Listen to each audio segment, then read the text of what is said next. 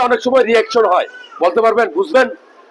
যে কোনো ওষুধের রিয়াকশন হতে পারে, এমনকি প্যারাসিটামল, নাপা। আপনি যে দোকান থেকে দেখেন, নাপা আমরা কোন কোন জায়গায় খাই, নাপা একটা ওষুধ আছে না, প্যারাসিটামল, এটা কিন্তু খুব ভালো প্যারাসিটামল আমি মনে করি। এখন আপনার সর্দি, প্যারাসিটামল নাপা খান। আপনার জ্বর, প্যারাসিটামল নাপা খান।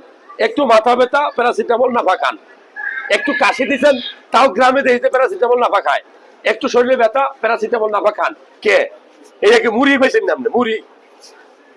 ডাক্তারের পরামর্শ ছাড়া যদি আপনি মুড়ির মতো খাইতে থাকেন, সব ঠিক থাকবে। 5 বছর 10 বছর পরে আপনার কিডনি না থাকবে না। অতিরিক্ত ব্যথার ওষুধ কিন্তু খাওয়া ঠিক না।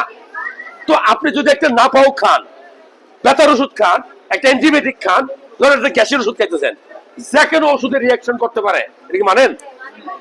যৌন উত্তেজক ওষুধ আমরা অনেক সময় খাই না, কম বয়সে বিভিন্ন দোকান দিয়ে তুলে। যদি ডাক্তারের পরামর্শ ছাড়া কোনো মানুষ এই যৌন উত্তেজক বা ওয়ান টাইম ওষুধ খায়, তার কপালে দুর্গতি আছে।